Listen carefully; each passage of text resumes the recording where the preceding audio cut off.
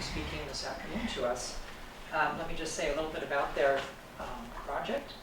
Today, we will be presented a fascinating story from two self-described survivors of digital humanities, a professor and a graduate student from the Department of English here at KU, who willfully entered the world of DH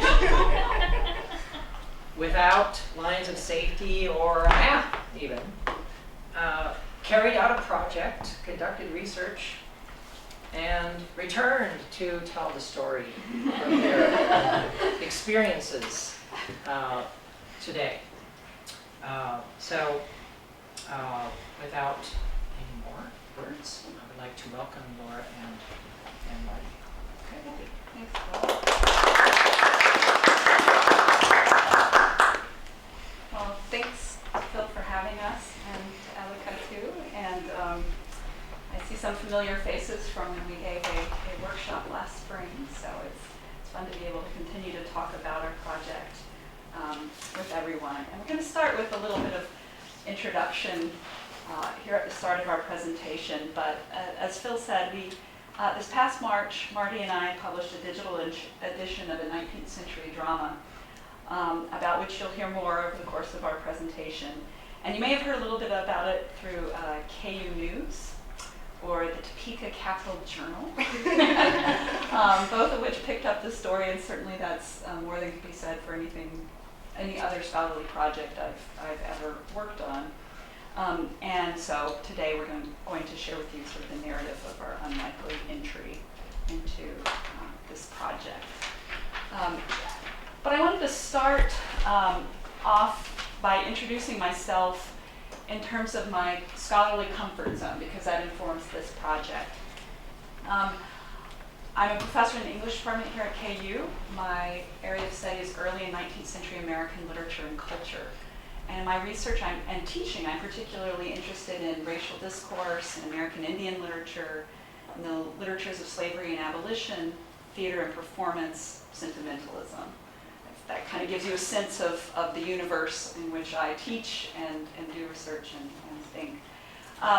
And up until this project, my scholarship had been in the traditional print realm. I've published a monograph, an edited collection, peer-reviewed journal articles, and book reviews. I certainly don't want to say that I have enough of a scholarly career yet to have a comfort zone, really. But up until this project, I had certainly only worked in very traditional modes. So I've worked with 19th century US and British literature and culture, and I'm interested in things like 19th century classicism and servants in literature and domestic fiction, so very sort of bookish questions. For my MA thesis, I transcribed part of a woman's travel journal on 19th century Bostonian. So I had only worked with very traditional modes. And then at the same time that we started this, I also went through the process of publishing an academic article. So I sort of got the feeling of what digital humanities was like and traditional print publication sort of at the same time. So it was sort of a dual learning process for me. So at the tail end of the summer of 2012, I made an archival discovery that was an exciting one, but seemed pretty familiar at first, given my experience in the archive. So I was researching the 1859 play Osawatomie Brown by Kate Edwards Swayze, which is the only extant play from the mid-19th century that follows John Brown through Kansas and to Harper's Ferry, and then in the days just prior to his execution. And I stumbled, or Google stumbled, if that's a word, across a 1937 article from the Kansas Historical Quarterly that consisted of the full text of Osawatomie Brown, which I didn't need, I had it in a print edition, proceeded with a headnote that said that at the Kansas Historical Society in Topeka, there were 4 manuscript dramas by Swayze present in the Oscar Swayze papers. So I got in my car and I drove to Topeka. I signed up for a reader's card, I put in the call slip, and out came the boxes, and there were 4 beautiful marbled 19th century notebooks like this. This was the only one of the four that's damaged, which we might talk about later.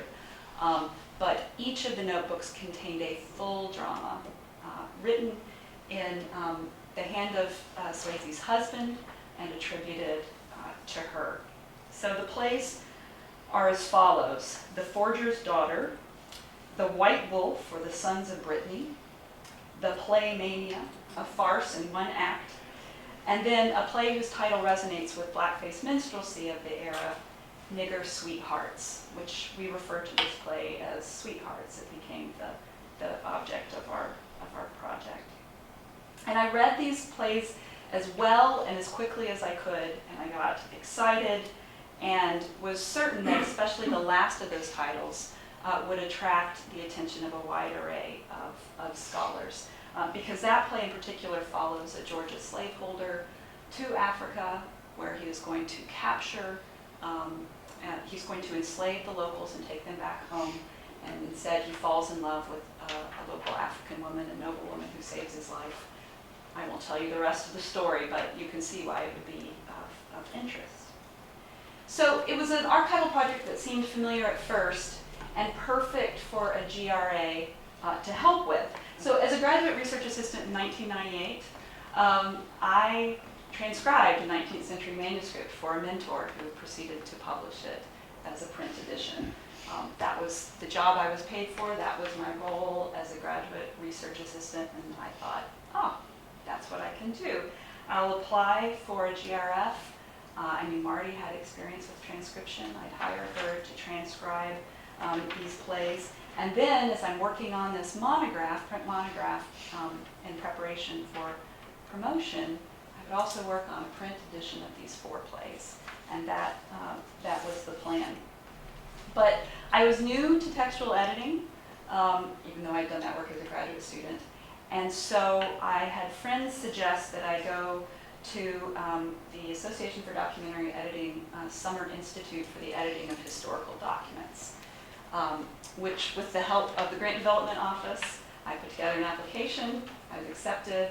I went to Ann Arbor in the summer of 2013 for a week to learn about documentary editing. And I wasn't there for long before I started getting the question, shouldn't this be digital? Right? And I was getting it from the other participants in the Institute. Wouldn't more people see your plays if they were online? Isn't this a crazy story that you could be telling other people? Isn't the archive of 19th century American drama narrow enough that you should expand it by putting these plays online? And I understood where they were coming from, but I told my fellow participants in the Institute that I had a monograph to write for promotion. And I didn't know XML. And when Andy Jewell from the journal Scholarly Editing, which we'll talk more about later, came to talk to the Institute, he taught us enough about TEI XML that I could see vaguely how I might proceed. But again, I kept telling myself, I can knock out a print edition quickly, and that's just what we're going to do. But back home in Lawrence, things were brewing. So here's a sample of the manuscript. You can see the protagonist's name there, Mr. Lammer, third line on the right. And you can see that the script is fairly legible. Transcribing it wasn't really that difficult. I was able to make out what it said. But as I was typing away, I got that feeling that you get when you're grading student writing, and something just feels a little off. There were some phrases that just didn't sit quite right with me. If you see up on the right at the very top, odds my life. It's like, that doesn't sound like a 19th century expression. So I too turned to Dr. Google and just put a line in and hit search. And very quickly I determined the source material was George Coleman's comic opera Inkle and Yarico. So then we had to figure out what was going on here. But after comparing the two plays and looking at the differences, we discovered that Swayze wasn't just sort of reworking this play for no reason. She was making political and satirical commentary on an actual slaving expedition, the last documented slave ship to land with human cargo on the American coast, the slave ship Wanderer, which was funded by a Savannah gentleman, Lammer, who's satirized in the play. So she's sort of doing a rip from the headlines. I kept thinking of Law and Order as we were working on this, taking this 18th century comic opera and adapting it to a 19th century context to comment on a particular political event.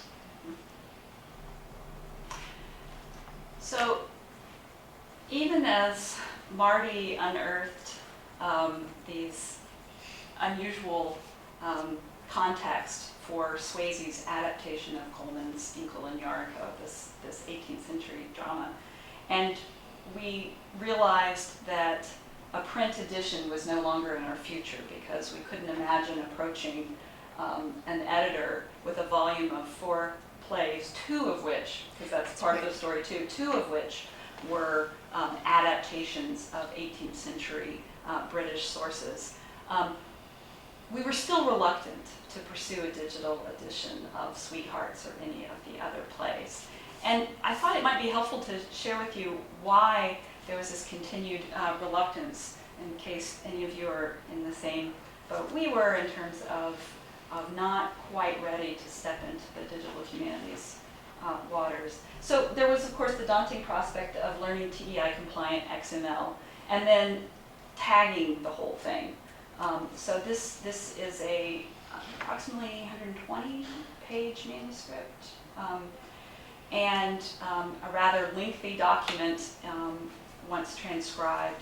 And so it was not only learning how to code, how to tag, but then also just looking at the length of this document, knowing, especially with the drama, how much would need to be tagged in terms of speakers and exits and entrances. You get the idea. It was daunting. There was also continued uncertainty as to whether coding is a scholarly activity. I say that to describe what I think of as a state in part of the discipline. I am not at all uncertain that it is a scholarly activity to prepare a digital edition in the way we did.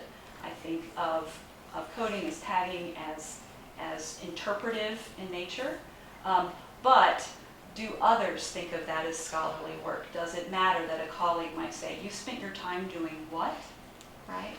How is that a literary critical endeavor? So connected to that was the question of professional payoff. So would this do for my CV what I had initially thought a print edition of the plays would do? Would this do for Marty what I had hoped work on an edition like this would do for her job applications? And also, obviously, the touchy content of this particular project. I think working with, as a 19th century literary historian, working with the troubling racial discourses of literature of the antebellum era, I take some comfort in the fact that my work is primarily published in obscure journals and book series, right? And so that the audience knows of what I speak, knows the language. I'm entering a conversation with them, and they understand, right, my scholarly project. What happens when we put a play out into the digital realm that has the N-word in the title and that deals with race in a 19th century manner and with the issue of slavery? So was that really something we wanted out there in the digital public? And then there is, of course, the fear of spectacular failure, which was how many hours would we put into this before we realized we didn't know what we were doing, or that we couldn't make this happen. We couldn't create the edition that we would need to create in order to present the play the way it needed to be presented. Given that reluctance, there was a lot of sort of reflection on my part. What were our choices then? And I saw them coming down to 3 choices. We could abandon the editing project, but incorporate information about the manuscripts into an article or book project. And I knew that really meant that they'd end up as a portion of a chapter in my monograph or a footnote, or that maybe eventually we would work up an article reflecting on some portion of one of the plays. Our next choice was to select a small portion of one of the manuscripts to edit for a traditional scholarly journal that includes extracts at the end. But then again, it would be a fragment, a small portion of one of the plays. Or, obviously our third choice was to create a digital edition. And I just felt like at that point, Marty and I put so much work into, Marty did the majority of the transcription. She'd done all this historical research. I had too. I'd been going through the Swayze family papers. And we thought there was a really fascinating story to tell. And we just were going to go with the digital edition and see what happened next. And here, at this point, I want to mention a recent lecture that Marty passed along to me, Sarah Werner's How to Destroy Special Collections with Social Media, which was from July, and it was a lecture she gave at the Rare Book School, and obviously with a title like that, it's meant to provoke, again, how to destroy special collections with social media. And among other things, she emphasizes that we should make images of archival materials openly accessible to the public and at the same time educate the reader about material rather than make them laugh at it. And I think that is something to keep in mind, that to make special collections relevant and to make antebellum theater history relevant, 19th century American literature relevant, the literature of slavery relevant, we have to bring these materials into the public eye and provide rich contextualization so that it is done in a responsible manner. So we went with the digital edition, and key to this, to the success of our project, was finding a good home. So thanks to my having met Andy Jewell in Ann Arbor, and subsequently Marty and I chatted him up at a lunch when he came to KU to speak in the IDRH series, or Digital Humanities Seminar series. Marty and I proposed an edition of Sweethearts to this journal, and it is a born digital, open access, Creative Commons license official journal of the Association for Documentary Editing, and they publish, well, as I said, it's annual, once a year. They'll publish a handful, around 4 editions of text edited by academics. And once an edition proposal has been accepted as scholarly editing, then you produce that edition and encode it in TEI compliant XML, and then the journal provides the style sheet, as well as some much needed hand holding and support to make it all look good, and then they publish it on this site. So Andy Jewell and Amanda Gailey were the 2 editors, were fantastic. So we found a good home, and that was key to our project. So I think Marty's going to talk now about the ins and outs. Yeah, once we had found someone who accepted it, then we had to actually create the digital content. So we built our digital toolkit, IDRH. We attended that session on TEI and XML coding, which really helped. And then we used Oxygen as our environment to work on that. And we also used Juxta. I'll talk about both of these. So this is kind of a terrifying piece of software, for me at least. I look at this and I panic. Not really anymore, but initially yes. Because there's just so much going on and so many things to code. So we were able to work with the drama schema in XML so that there were standardized ways that we were supposed to be encoding these different elements that we wanted to feature. So we wanted to mark speakers and entrances and different textual markers. You can see how you have the opening tag and the closing tag. And we learned to work with Oxygen. So if you see up here, there's a little green bar. That means it's happy. Sometimes it's not happy. That green bar goes red, but just like a spell checker, it'll put these really sad, wiggly red lines under your stuff. I took out a tag so you could see what it looked like when it was angry. It tries to tell you what you're doing right, and you kind of have to learn how to decode that. So the problem is that this first speaker tag hasn't been closed. So once you put that back in, it's happy and you're good to go. So even though I really didn't know what I was doing as I was encoding all these textual elements, the software also helped. And then if you go to other digital humanities projects, like on scholarly editing, the XML is often, if not almost always, publicly available. So you can look and see how other people do, if not identical projects, then similar ones, or how they code maybe odd textual markers that you're not sure how to approach. We also used Juxta, which is another software program that's available freely on the internet.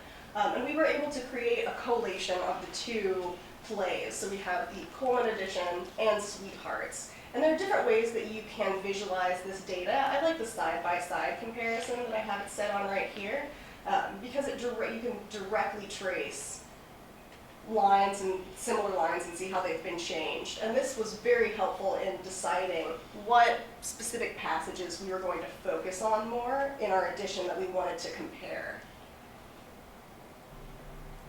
So after we submitted our XML, which is a markup language, at Scholarly Editing they converted that into a display.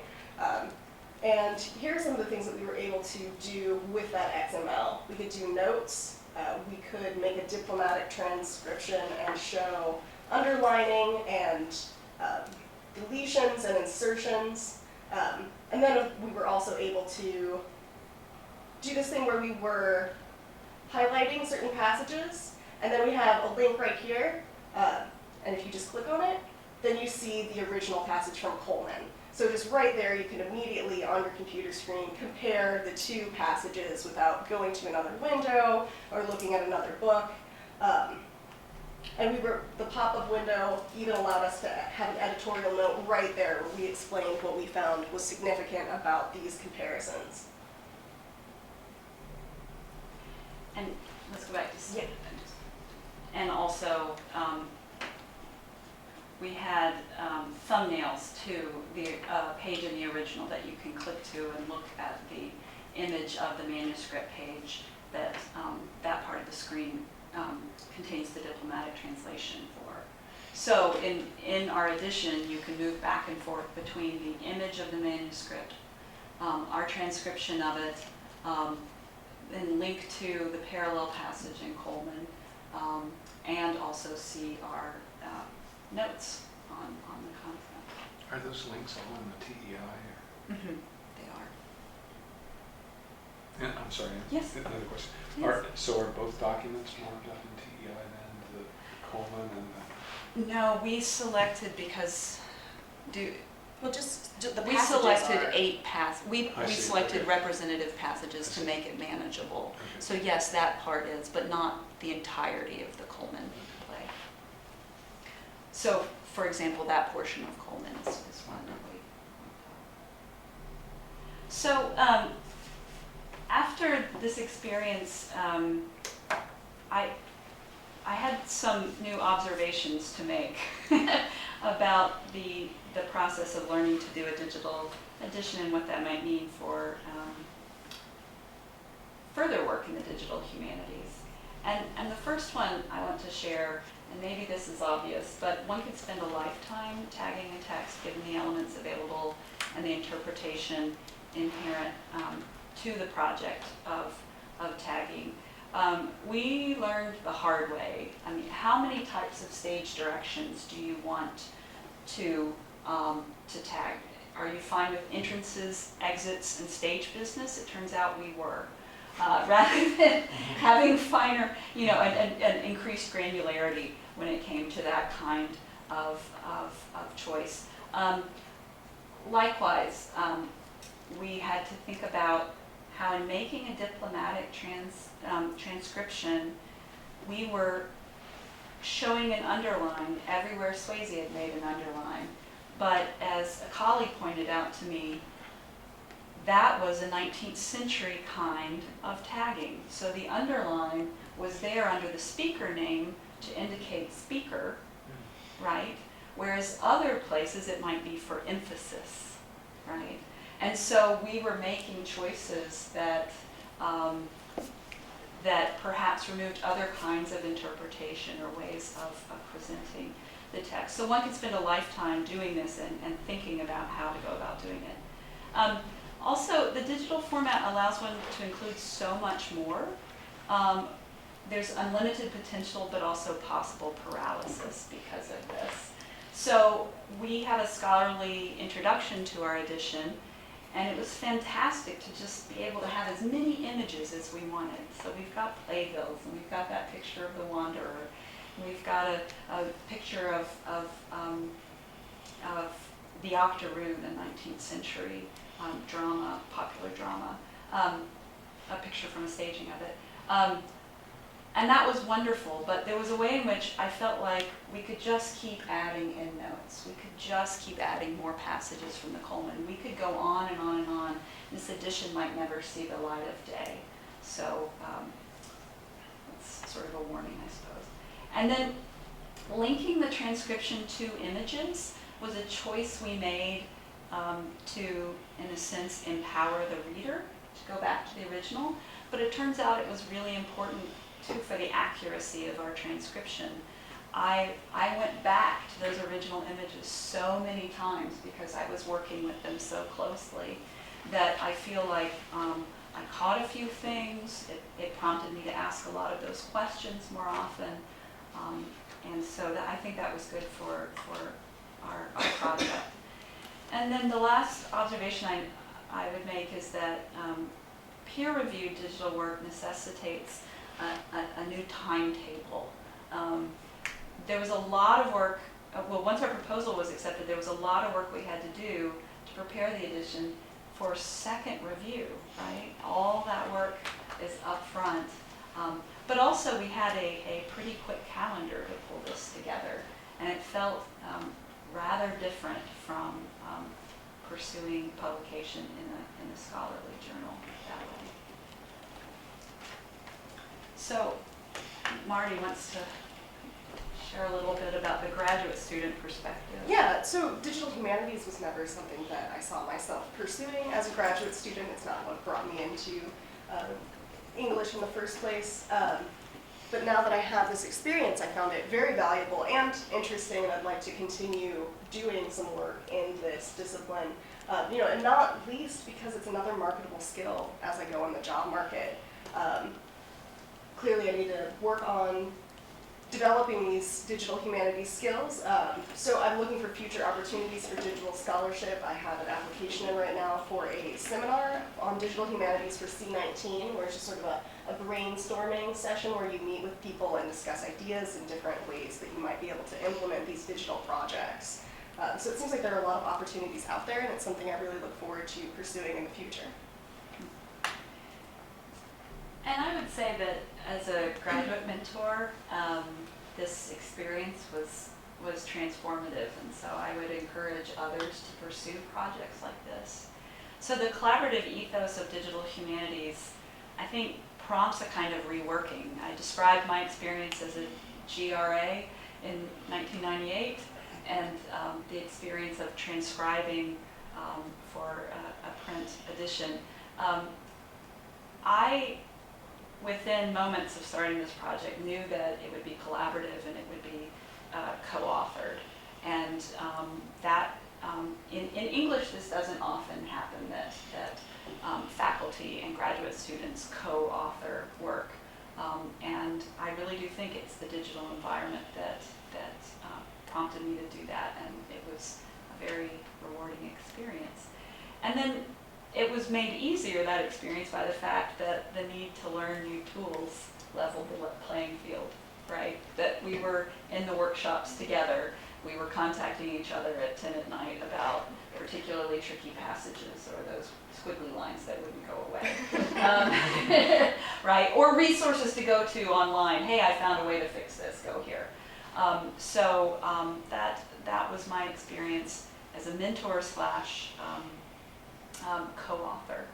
So with that, I'd love to hear what you have to say, and thanks for listening to our story.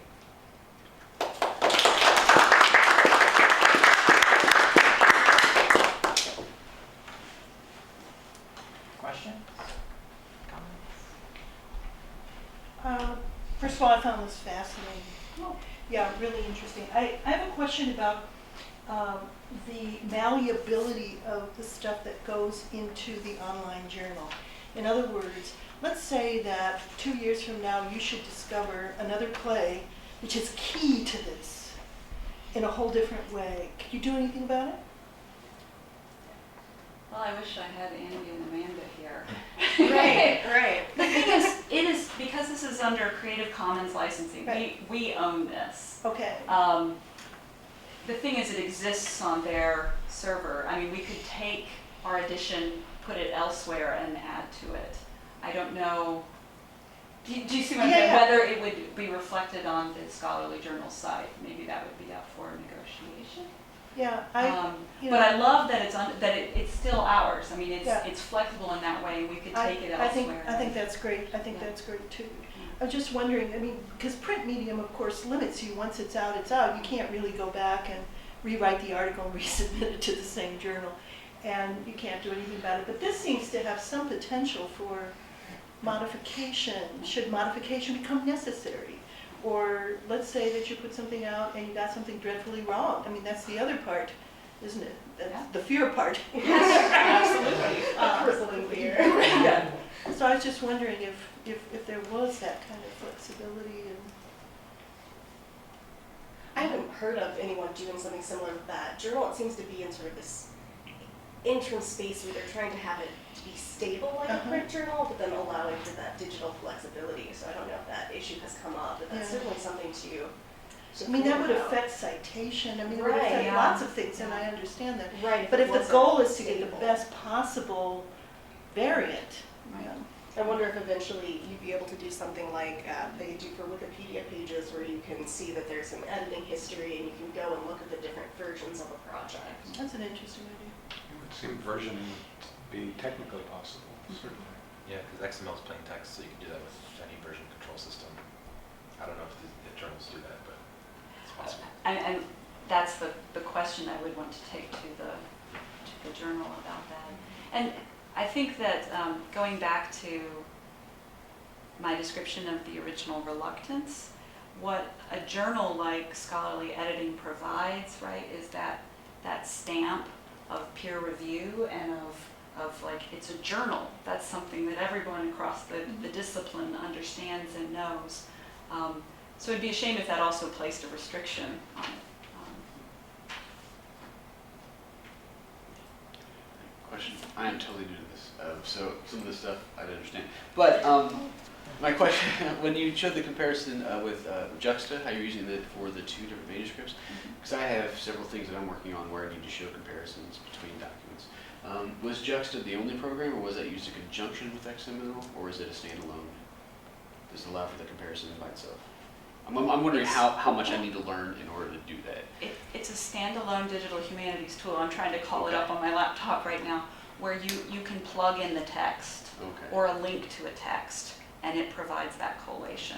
Because XML scared me to death when you showed that. Right, so right. That did not scare me. That was original. So. That's where I started too, is with Juxta, and that was the baby step, so. And it is a baby step because once we saw the rich overlaps of these two texts, right, it confirmed that there was more of a story than just Swayze lifted this play. She had done some more kinds of creative editing that were significant and needed to be documented. Yeah, but Juxta is fairly user-friendly. I mean, you can definitely go on and play around with it and feel very comfortable. It's not Good. too technical and intimidating. Awesome. Thank you. And we were introduced to it through a workshop that IDRH had, so get that plug.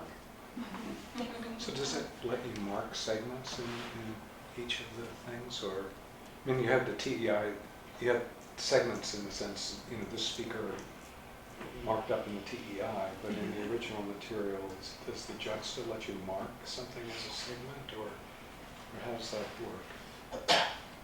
Or is it, or are both in TEI? I guess I'm confused a little bit, sorry. Juxta just visualizes the data. It doesn't mark anything up, does it? So No, it's a separate. So it really programming is, you're too. just plugging in You're text. just So we scrolling were, Yeah. both independently until you get them lined up? Is that, okay. yeah.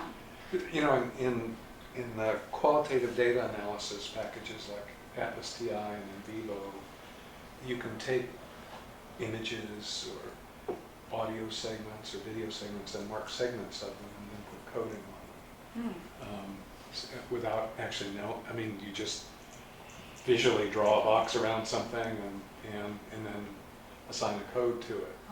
It seems like something here where you could go to your original images and mark that sentence that you had. Absolutely. would be pretty nice. And then have a correspondence between it and the TEI or the original that you're creating the TEI from, if you've got a Word document or something like that. Absolutely. But there aren't tools like that so in your field right now. Is that right? Oh, I assume there are. They just. Well, there may not be. I don't know. Yeah. It's not quite the same thing as the qualitative data analysis that you're doing, but it's fundamentally the same idea. You're making segments of things that are related in different media. Right. There are so many archives out there, from presidential papers to the Walt Whitman archive, that are working on these kinds of issues and coming up with tools, which is why I said I assume there are. Well, I think we were working at this sort of entry level, and our goal was to get the text up and to show this collation, and then sample segments of it as best we could. Yeah. So as somebody who's also backed myself into a TEI project, I was just wondering if you could elaborate a little bit more on how you approach the sort of infinite possibilities of tagging for the project at hand versus what maybe it could be in the future, or sort of balancing what was imperative to tell the story you needed to versus, all of the other possibilities out there. Well, it was an iterative process, right, where we started and worked on a scene, and then went back and worked on that scene again. That is, took a in a work of fiction, you might take the opening page and work on that. And I guess the way I started was in a minimalist fashion. It was, my primary concern was having it be a diplomatic transcription, and so the first thing I was concerned with tagging was the insertions, the underlining, those kinds of things. Then we read as much as we could about the TEI drama scheme, and there was a wonderful tutorial online that gave you a sense of all the things you could or could not do, and we just picked some and went with it. And we were constantly revisiting it. I don't know if that helps, but it's no clear way, right? But again, I think the diplomatic transcription, that is, that our transcription would recreate what the manuscript page looked like to the best of our ability, because that was a top priority. That kind of was the first emphasis, and then the basic elements of the drama, speaker, stage directions, setting. Right. Do you have? No, that's just like when you start a regular editing project and you decide, how am I going to handle when these elements occur? Am I going to keep the ampersand, or am I going to change it to and? So it's just another layer of that decision-making process.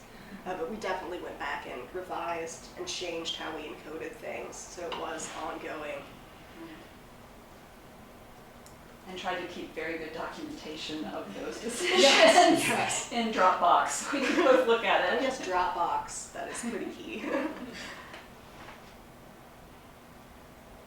Like, also somebody who's sort of new to DEI and XML, define tagging, what it does for digital. How does it representative on the screen, and what does it do for somebody who's viewing it versus just you dealing with it in your own coding? Well, for the TEI, it's more of an organizational tagging system. Okay. it's not a display language. Okay. And I don't really know what magic they did to turn Right. our XML into Right. a display, a markup language. Mhm. I don't know if that helps your Okay. question at all. But the XML doesn't necessarily Right. correlate with what you're going to see on the screen. Right. That's all sort of behind the scenes, Right. so people could go and look at your different categories for your Okay. textual elements. I got you. So tagging is sort of indexing it in many ways as to like, okay, if I want to go look at different intros and whatever, I can go do it that way because you've tagged it as such. Right. Okay. And But then, it could also, it might later, we might take that code and later tie it to a different style sheet. okay. And then the indexing does become, can be Right. used to create a different display than it Okay. currently has. It's just that wasn't part of our project because of the kind of collaboration we Fair had with enough. this journal. Okay. And that could be done programmatically, right? Just to that question, the style sheet the journal provides essentially just translates the XML into HTML. Okay. So it'll say, whatever, whenever you see this tag, make it 18-point font and center it. Oh, I got you. Like, Okay. that'll render Yeah. it in your browser. But I do actually have a question too. I think one of the benefits of doing something like a digital edition in XML that I haven't seen mentioned is that not only does it make it more available for people to read, it also makes it more easier for machines to read because it's structured text. And so Right. you mentioned that there's a TEI drama schema. To what extent did you sort of follow that? To what extent did you do your own? Are you intending this as something that is encoded similarly to other 19th century dramas? Because it seems like there's the potential to do larger scale comparison too beyond just these two plays. That's true.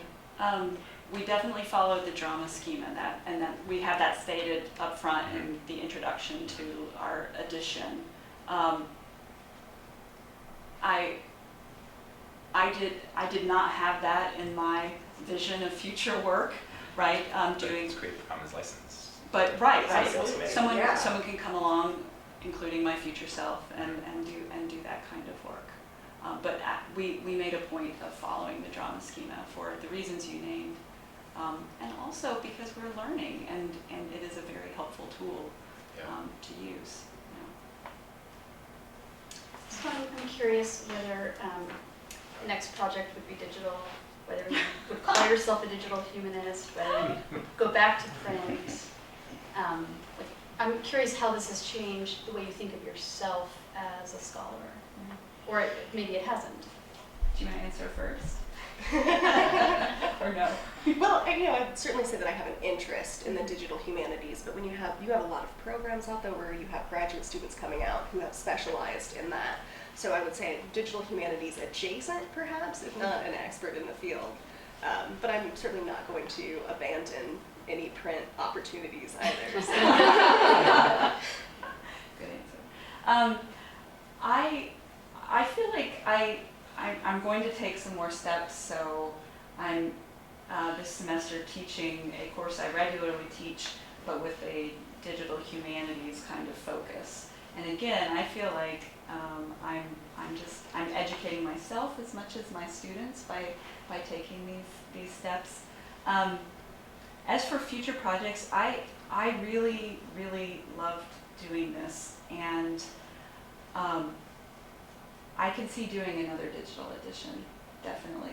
I feel like digital editing is the area of digital humanities in which I feel comfortable and where I'd like to spend some more time. I think I need to go to some more conferences and explore a few more things. But what I'd be most interested in doing is working on a digital edition of maybe some things in the Spencer Research Library with undergraduates, again, as a next step of taking the pedagogy and this kind of work and bringing them together.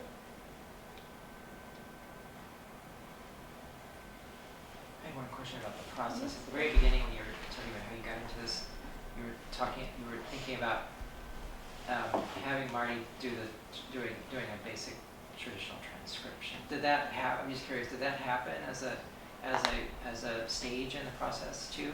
Did you type it all up in Word and then? Yeah, I have all 4 plays typed up. Yeah. So you did that. Yeah. It did, and that's something that I thought about addressing in the presentation. So when I said that I was in Ann Arbor, and I said, but but back in Lawrence, things were brewing. So that was the summer Marty was transcribing, and I had started the transcription process. Then we got the GRF.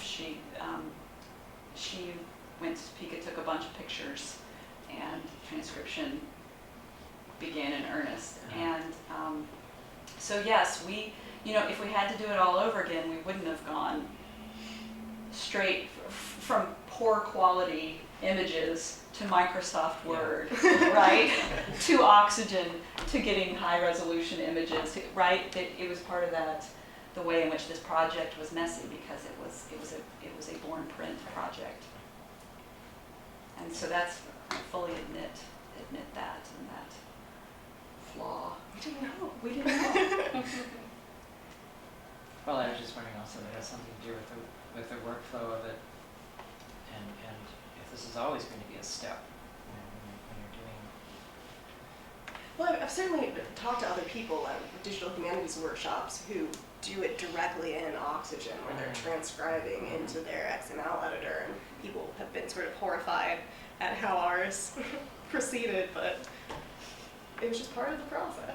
It also lets you familiarize yourself with the text in a whole different way and feel that text before you start doing anything to it. I think that's an important step. I'm also curious, Laura.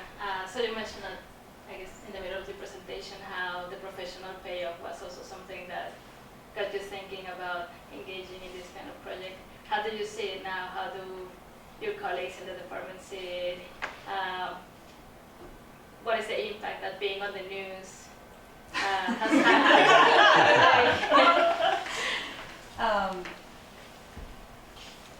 Well, I think I'm now considered one of the digital humanists in the department, which I find somewhat laughable, but we all have to start somewhere. That is not, I mean, I feel like I've worked hard to learn these things, and I'm educating myself, but I don't feel like I'm a digital humanist, not yet. But I have become associated with that, and that's fine. We will see what the professional payoff is. I do feel like it has made it easier to tell people about this project, the fact that it's digital. It's a lot easier to share it since it's open source, even with people who might not read the whole thing, but who would maybe not otherwise access a print journal. This has pictures and links, and it's more engaging. So I do think that it's spreadable. Are you planning on using this at all in your teaching? That's a great question. I am going to use it. I'm going to talk about it in my class. I'm not assigning the play this semester. I think I'm teaching an American Literature Survey course to 1865 this semester, and it, for some of the reasons that we talked about, and for other reasons as well, it would be sort of complicated to include it in a survey. But when I teach a drama course in the future, I definitely will. I did get to go talk to a class at Washburn about this project and about the play, and that was a Civil War literature class, and that was a lot of fun. But yeah, I would love to teach with it. But again, I think it would have to be surrounded by other plays of the period for the students to fully understand it as a text. It seems to be very accessible for students. That they could get into this text a lot more than they could just by reading something from start to finish. They could do that, and then they could also go through, search things, pull different things out. So. Yeah, that's true. And it has this strange Kansas connection too, in that it's sitting over in Topeka because the son of Kate Edward Swayze, who was a New York actor and playwright, ended up spending his life in Topeka. After her death, her former husband moved to Topeka. And anyway, that's how it landed in Kansas. This play. I'm curious about the journal. It's open access, or Yes, it is. so anyone can read it? Yes. Do they give you metrics on how many people have read it as opposed to, as well as citation? I haven't requested that. I imagine they could. I mean, I'm guessing that they're tracking that. Right. Yeah. Yeah, which would be maybe a different metric to include.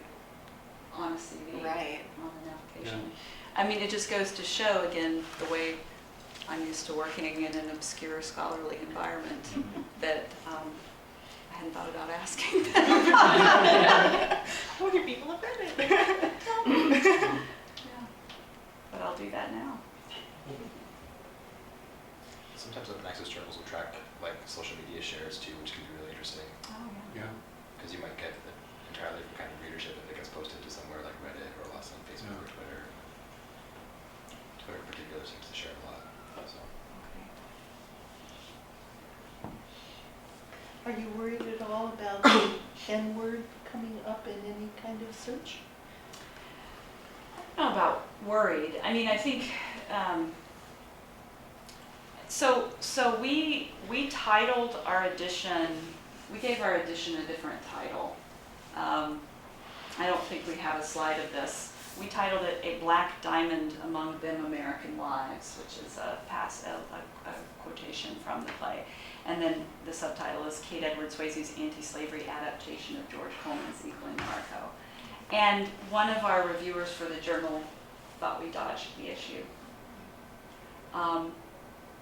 It was a choice. I'm very Yeah. grateful that she made this choice. I did not want to My run your CV is not CV. very long at this point, and I don't want that so glaringly Yeah. as my record of academic. But work. we don't shy away from discussing the No. issue, right? The way in which the N-word does not appear in Coleman's play, but appears 17 or 18 times in Swayze's play, what that meant, what she was doing with that, how that was essential to the adaptation of a late 18th century British comic opera to a mid-19th century, right, American play, anti-slavery as it was. Yeah.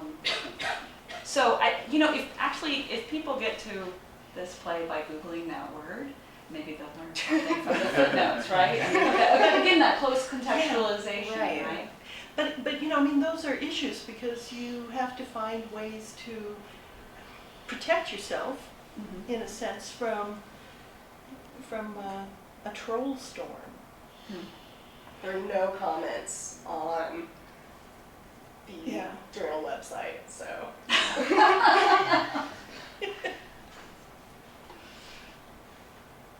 Oh. It's a great project. Oh, thank you. Was it ever performed? That's the question, isn't it? We have not found any record of it being performed. We're fairly dependent on the son's account of his parents' strange theatrical careers, and according to Oscar's kind of recollection of his parents, and he was very young when his mother died, they toured, Kate Edwards, and a theatrical troupe managed by her husband toured in the South, where the plays were not well received. Right. And so, were these particular plays performed? I mean, the other question is, these manuscripts might be collations of acting parts that were distributed to actors and then brought back together with a single copy made. Or was it just being prepared to be printed, right? People publish plays that hadn't been performed. It's a question, I mean, we could keep working on this play, and we probably should. I have a question. I think one of the reluctances that maybe others in the room have about getting into digital humanities is I'm not sure how much new information it discovers, as opposed to is it just putting something in a new medium that's maybe more user-friendly. So do you feel like you were able to discover new things using digital humanities tools that you wouldn't have been able to if you just had the plays side by side and did it kind of the old-fashioned way? Or were these tools able to actually uncover newly discovered things that you couldn't uncover in just the traditional academic way of doing things? It sounds like a lot of work to do, you know what I mean? I'm just comfortable in my old-fashioned archives and pen and pencil. Been engaging with these texts sort of in a quasi-digital environment even from the beginning. We never would have discovered that source text. So Yeah. drawing on those giant big data Google databases. Right. I mean, that was, so even though our project wasn't officially digital humanities until later on, it was certainly something that we were kind of drawing on, and it did shape in. Just because of Google. Right, right. Yeah. I mean, we shouldn't be blind to that as a technology, just because we're all so comfortable with it now. But also,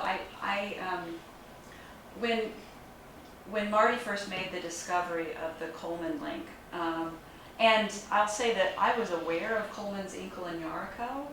I had never read it, right? It was just early enough and just British enough, but I had seen references to it. So when she found that link, I was like, well, that's the project. This is just someone sitting down with a notebook and copying out a British play and changing a few names. We have nothing here anymore. But putting it into Juxta, suddenly we saw all the places that weren't from Coleman, and they were fascinating. And it was about racial discourse, and it was about changing the servant character to an Irish-American servant character, and all that entailed with the plot and the characterization. It was fine. We could have gone down in line by line. I'm not sure that I would have gotten out of the despair and gotten to that next step, had we not visualized where they didn't overlap and seen, oh my gosh, there's a lot here. It's a small percentage, but it's a very significant, right? Right. Percentage. That didn't make quite sense. But,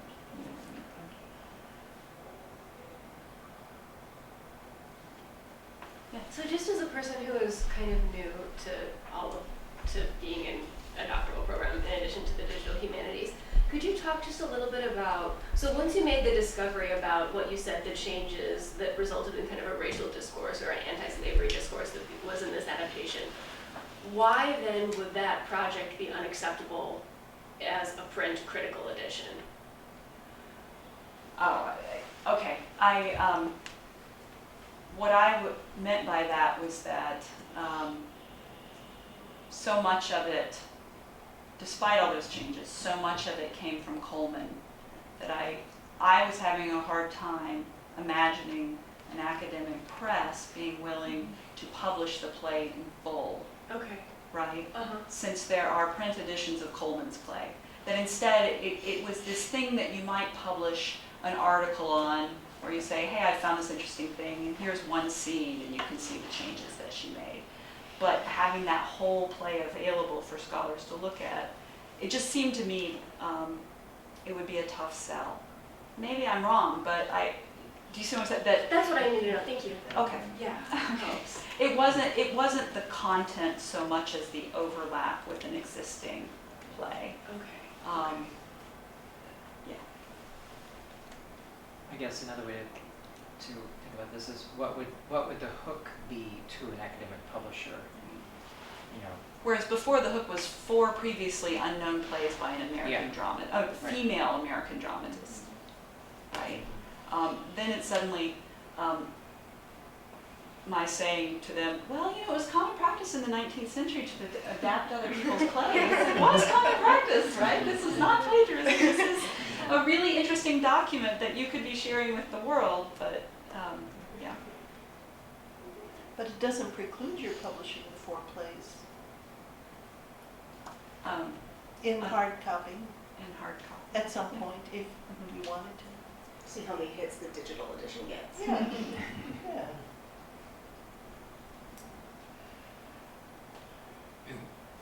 In the sciences, NSF, for example, now, when people are doing a grant proposal, can cite the creation of a data set.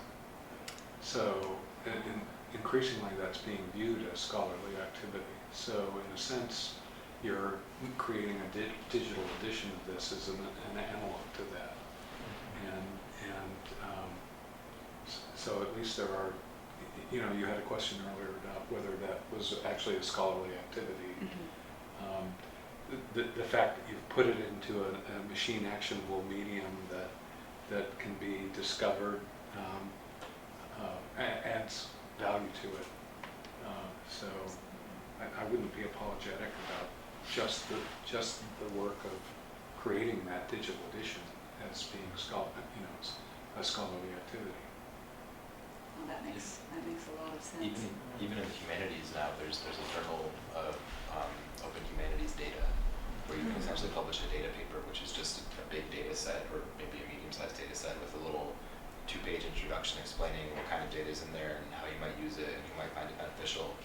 And it's published as a paper in a journal, and you can cite it, put it on your CV. And, I'm not sure if they're actually out yet, but I reviewed the paper for them in the early stages. Could you tell me the name again? Sure, it's the Journal of Open Humanities Data.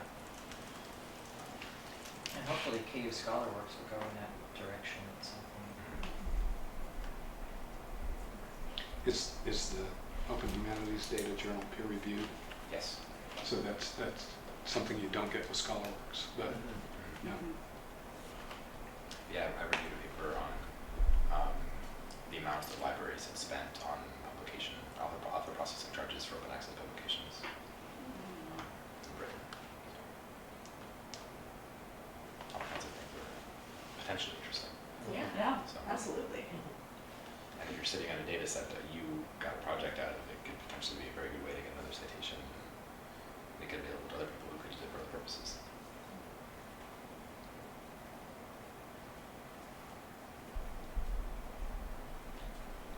Well, thank you. Thank you.